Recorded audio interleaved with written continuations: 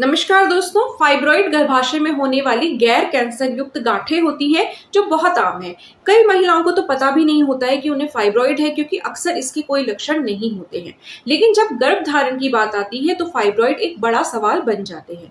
आज के इस वीडियो में हम फाइब्रॉइड क्या होते हैं, वे गर्भ धारण को कैसे प्रभावित कर सकते हैं और उनके प्रबंधन के विभिन्न तरीकों पर विस्तार से चर्चा करेंगे।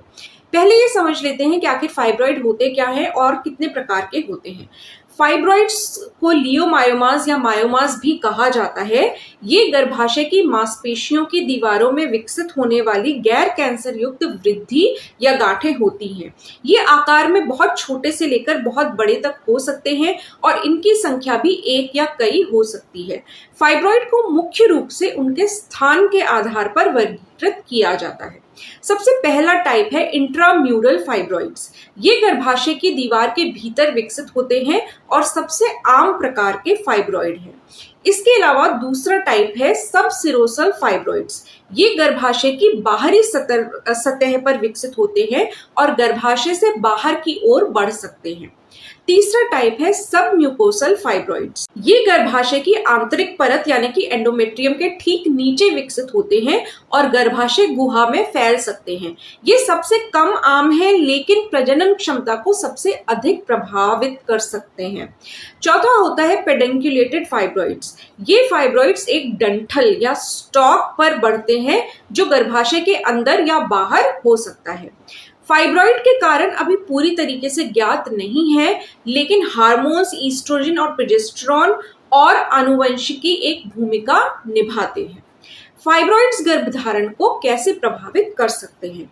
अधिकांश फाइब्रॉइड गर्भधारण को प्रभावित नहीं करते हैं, खासकर यदि वे छोटे हों या गर्भाशय गुहा से दूर हों। हालांकि कुछ फाइब्रॉइड प्रजनन क्षमता पर नकारात्मक प्रभाव डाल सकते हैं। किस तरीके से? पहला तरीका है शुक्राणु के मार्ग में बाधा बनना। बड़े फाइब्रॉइड्स, खासकर सब म्यूकोसल फाइब्रॉइड्स, गर्भाशय गुहा के आकार को बदल सकते हैं, जिससे शुक्राणु के अंडे तक पहुंचने में बाधा आ सकती है। इसके अलावा इम्प्लांटेशन में समस्या पैदा कर सकते हैं। सब म्यूकोसल फाइब्रॉइड्स गर्भाशय की आंतरिक परत में रक्त प्रवाह को प्रभावित कर सकते हैं या एंडोमेट्रियम की संरचना को बदल सकते हैं, जिससे निषेचित अंडे के गर्भाशय की दीवार में जुड़ने यानी इम्प्लांटेशन में कठिनाई हो सकती है। इसके अलावा ये फैलोपियन ट्यूब में रुकावट पैदा कर सकते हैं। दुर्लभ मामलों में फाइब्रॉइड फैलोपियन ट्यूब को अवरुद्ध कर सकते हैं, जिससे अंडे या शुक्राणु का मार्ग बाधित हो सकता है। अगला है गर्भाशय के आकार को बदलना। बड़े फाइब्रॉइड्स गर्भाशय के आकार को बदल सकते हैं, जिससे गर्भावस्था के दौरान जटिलताएं हो सकती हैं। ये समझना महत्वपूर्ण है कि फाइब्रॉइड का प्रभाव उनके आकार, संख्या और स्थान पर निर्भर करता है। अब हम बात करेंगे फाइब्रॉइड के लक्षण और निदान यानी कि डायग्नोसिस के बारे में। जैसा कि मैंने पहले बताया कि कई महिलाओं में फाइब्रॉइड के कोई लक्षण नहीं होते हैं, लेकिन जब लक्षण होते हैं तो उनमें जो मैं आपको बताने वाली हूँ ये लक्षण शामिल हो सकते हैं। सबसे पहले भारी या लंबे समय तक मासिक धर्म होना, अत्यधिक रक्तस्राव जिससे एनीमिया हो सकता है, मासिक धर्म के दौरान गंभीर दर्द, पेट के निचले हिस्से में ऐंठन या दबाव हो सकता है, पेल्विक दबाव या दर्द, पेट के निचले हिस्से में भारीपन या दबाव महसूस होना, बार बार पेशाब आना। यदि फाइब्रॉइड मूत्राशय पर दबाव डाल रहे हो तो ऐसा हो सकता है।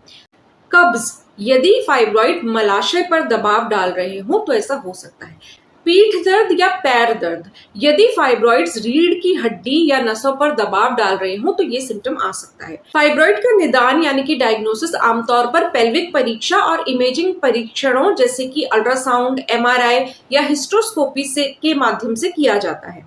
फाइब्रॉइड के साथ गर्भधारण की संभावना को कैसे बढ़ा सकते हैं? यदि आपको फाइब्रॉइड है और आप गर्भधारण की कोशिश कर रही हैं तो निराश ना हो। कई महिलाएं फाइब्रॉइड के साथ सफलतापूर्वक गर्भवती होती हैं और स्वस्थ बच्चे को जन्म देती हैं।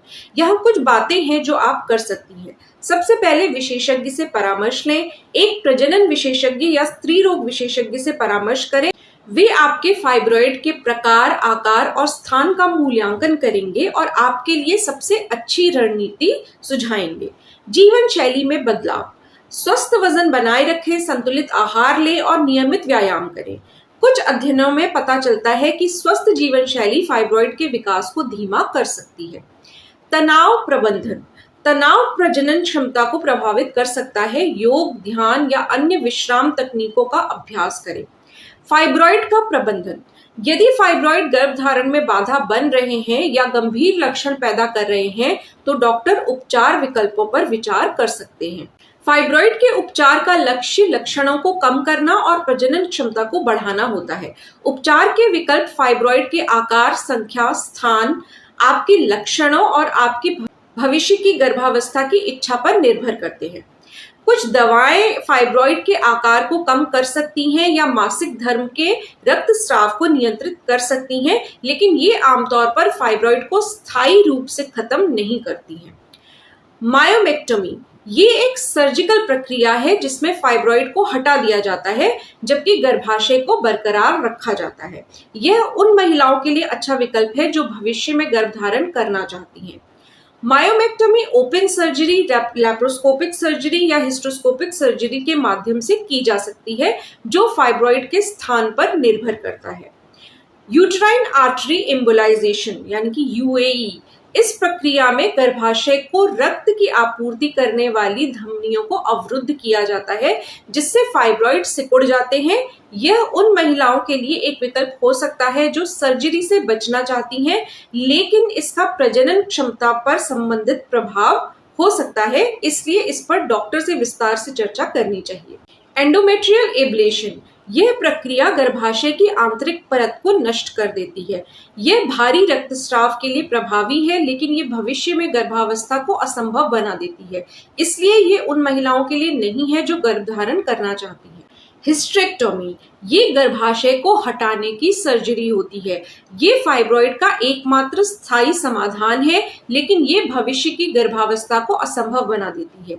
ये आमतौर पर तभी विचार किया जाता है जब अन्य सभी उपचार विफल हो जाते हैं और महिला को भविष्य में बच्चे पैदा करने की इच्छा नहीं होती है।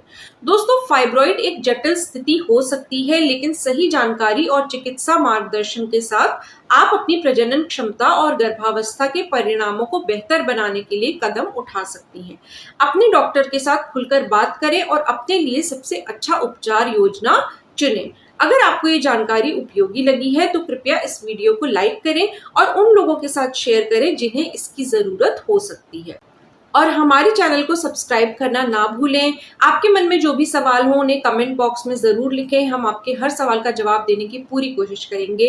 जल्द ही मिलेंगे एक और नए और जानकारी पूर्ण वीडियो के साथ। तब तक के लिए अपना ख्याल रखें, स्वस्थ रहें और उम्मीद बनाए रखें। नमस्कार।